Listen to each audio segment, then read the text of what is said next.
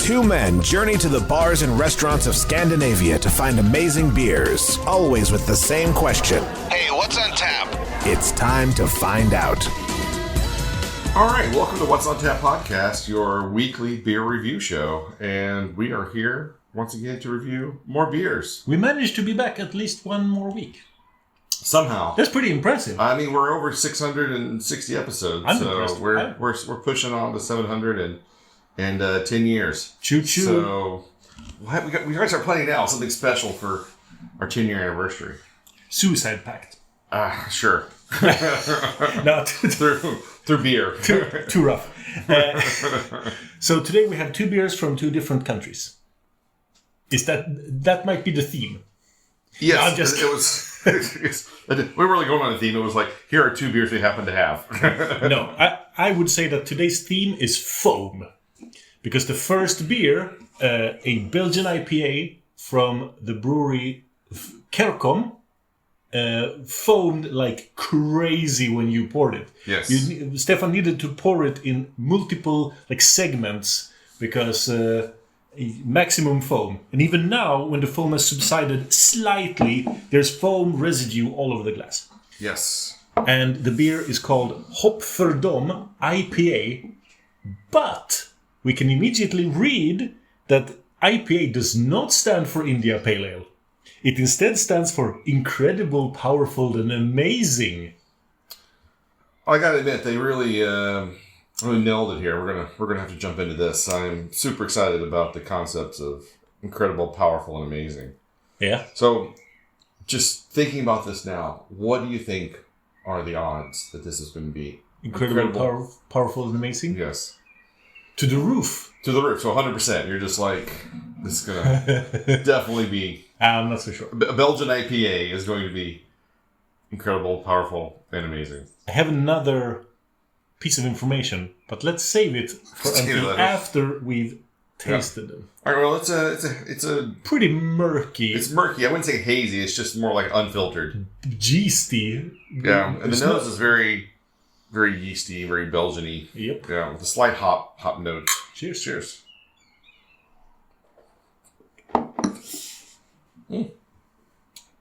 Yeah, it's a IPA with Belgian yeast. it definitely falls into the Belgian aspect. Like some Fantôme saisons taste towards this way. So it's 7% ABV. Yeah, it's a kind of high ABV on this one too. Yeah. And I now want to ask you, what hops are in this?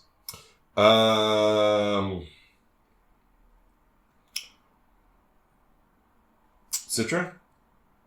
No. I'll save your punishment. Okay, good. Because I was like... all of your guesses will be wrong. Yeah, I would say... It's like Nelson, nope. Moctaweka. Nope. Those definitely are not in there. Do you know any German hops? Saaz? Well, they're not in this one. So, instead of mostly American hops, Columbus. 7 Flemish hops were used from the Westhoek region. Obviously, the taste is very bitter, but the beer has a balance that makes it very drinkable and invites you to have another round. So it's 7 different Flemish hops, not named. It's like, of course, the Flemish ones, which are not also named on the bottle anywhere. Nope. Yep. So neither the internet nor the bottle names the hops. There's 7 different Flemish hops. All right. So it's more than I knew. Fun. It doesn't smell very hoppy. I mean, it smells bitter. Yeah. It almost comes off as like a Belgian blonde. Mm-hmm. But milder. I don't know. Like the Belgian yeasty esters are kind of there. There's a bit of I mean, it's not real bitter. It's not the most bitter IPA I've ever had. It's actually not even one of the more bitter IPAs I've ever had. It's pretty milquetoast in that regard. But it's got a nice mouthfeel. I like the fullness of the texture. I think that's really nice. And it's pretty drinkable for 7%. You You don't think of it. Like, I was surprised it was so high. I thought it was going to be closer to, like... 4 or 5. No more than 6. Huh? Yeah. So in that regard, I think it's quite good. But it's also, like I said, lacking in any real... So for drinkability, very high. But for flavor, not that high. No, I agree. For me, this is I could go as high as 3.5. Yeah, it's a 3.5 for me. Yeah, it's very drinkable. I mean, I could have this again. I would not lament having it. Now that's pretty much where I am. Yeah. So the next beer, also foamy, because it is a can that is a nitro can. It is. It is the Black Marble Stout from Sullivan's Brewing Company. It's batch brewed and packed in Ireland. When they say batch brewed, what would be what would be not batched brewed? Would that be continuous brewing in a stream of never-ending brewing? Right. So when you think of like Carlsberg or like Budweiser, those are not batch brewed. So I would think they would have to say like this is a you'd be able to put it into a specific batch. Like this came from this particular brewing session. But you can't continuously brew. Brewing takes less time than fermenting.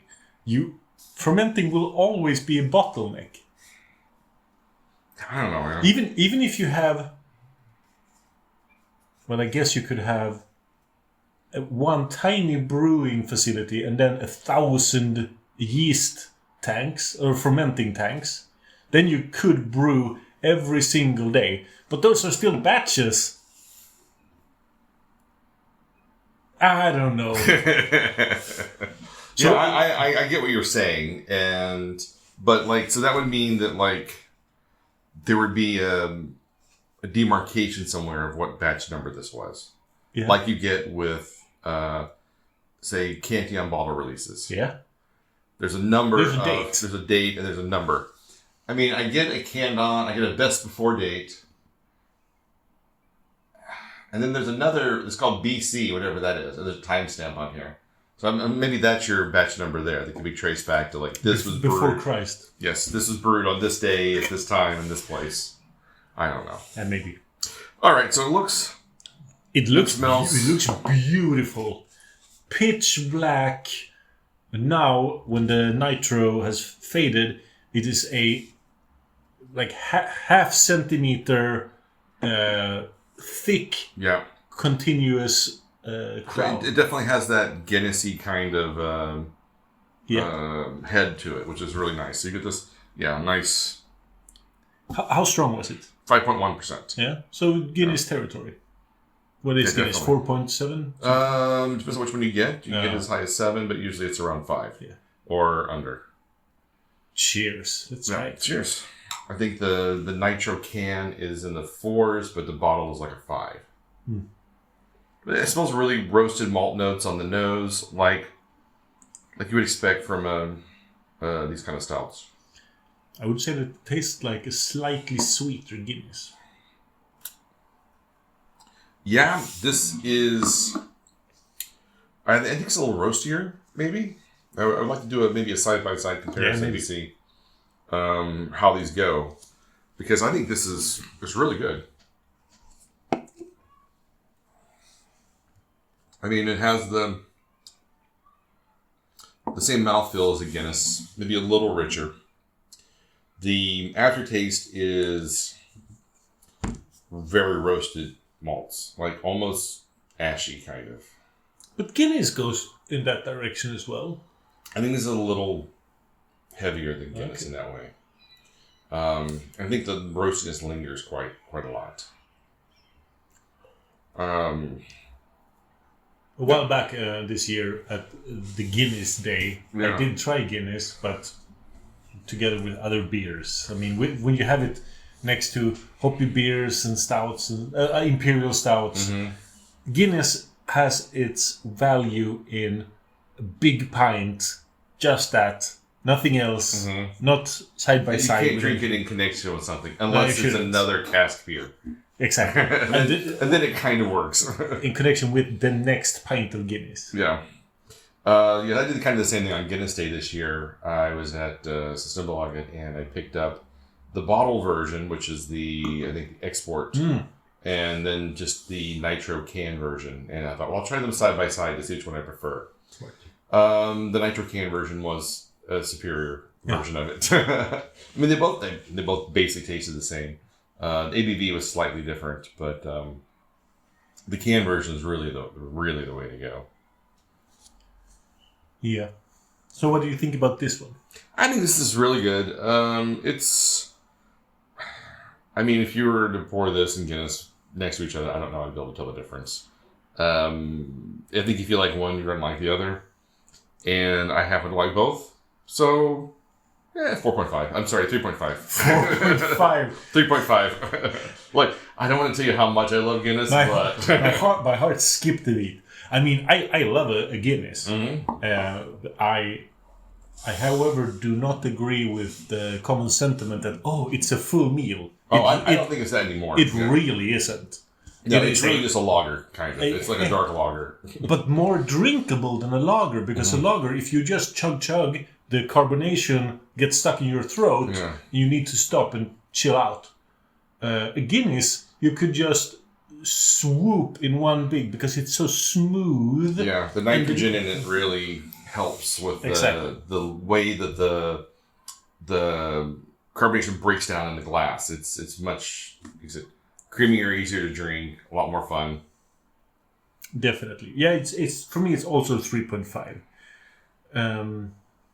So we gave these beers the same rating, but for wildly different reasons. Yeah, but they're both pretty good. I mean, I really enjoyed both of these, and these were just kind of random pulls from the shelf, so you never know what you're going to get there. It's a real crapshoot a lot of times. Right. When I look at the side of the can, they have the Instagram logo, the Facebook logo, and then the X logo.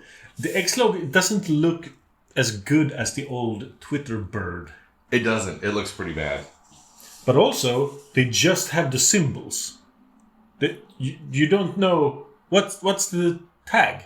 Not the tag. What's the name of their Instagram, Facebook relevant. Account? You just need to know that they have it on there. So if you search for Sullivan Brewing Co., you could find them. It'll have to be at Sullivan's Brewing Company, Kilkelly, Ireland, established 1702, Black Marble Stout, blah blah blah. It'll have to be all of it because it doesn't say. Well, I don't think the accounts are just for that beer. No, maybe not.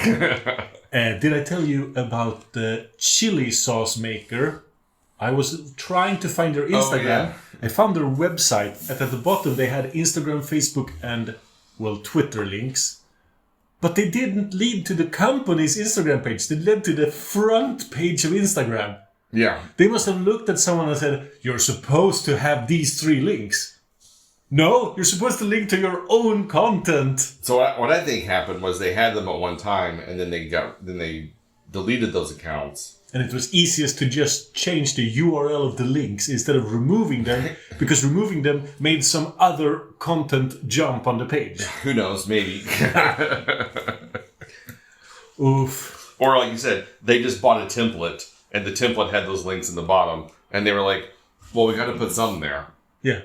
Let's just keep... It's just linked to Facebook, Instagram. A link to Facebook's front page. What are you?